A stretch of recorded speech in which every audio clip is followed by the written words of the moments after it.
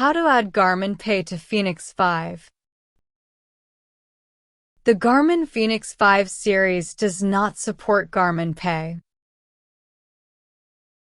Garmin Pay requires hardware support for contactless payments, which is only available on Garmin devices with near-field communication capability. You would need to upgrade to a model like the Fenix 5 Plus, Fenix 6 series, or later models. To set up Garmin Pay, you will need a compatible Garmin watch paired with the Garmin Connect app on your smartphone. Touch More on your Apple iPhone or the three-line icon on an Android smartphone.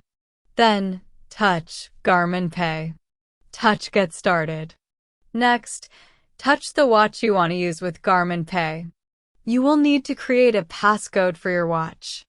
Click on MasterCard, read the terms and conditions, and then tap Continue. Next, you will enter your card details. This will include the card number, expiration month and year, as well as the security code on the back of the card. Fill out the name and address information, then touch Next. Your bank may require you to verify that you want to add this card to Garmin Pay. You can now access the Garmin Pay wallet on your watch. That's it. Thanks for watching.